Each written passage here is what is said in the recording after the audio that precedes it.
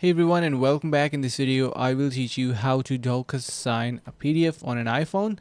So this is actually really simple. All you need to do is simply head over to your dashboard and from there click on sign a document. Now it will ask you to upload your files, which I'm going to be doing really quickly. You can click on desktop and simply choose from your phone or any device that you're using.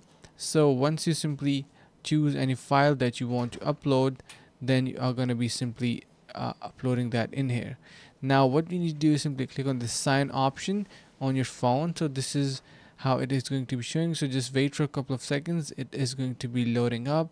So you can see it is going to be showing the signing section. So this interface is opened up, and by the way, you can get 30 days free trial using the link in the description below. So you get this option, you can simply click on the signature option and add your sign. So this is how easy it is. You can also resize your signatures and put them on. I hope this helps.